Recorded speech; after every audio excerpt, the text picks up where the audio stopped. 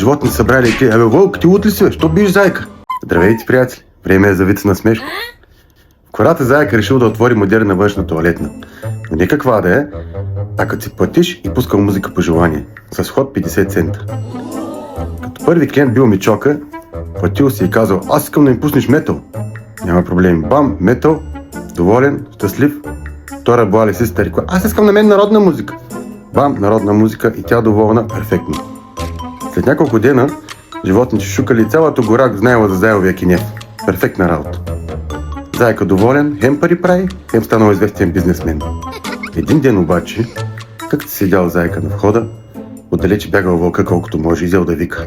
Зайка, това кинев ли е вече? Много ми сака.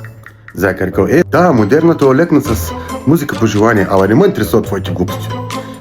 Влезнал, прескочил машинките за плащане. Зайка рекал, вълк, тук има вход 50 цента, после ще ти дам парите. Добре, някаква музика искаш ти пусна. Ала как ти не ме занимай своите глупости, пускай каквато искаш. Минали 5 минути, вълка излиза бесен, червен, ядосан, фанал Зайка за ушите и почнал да му налага шамари. Животни събрали и те, Вълк, ти лут ли си, бе? Що биеш Зайка? Що лут ли съм ли? Това тъпанар ви пусна химна на България.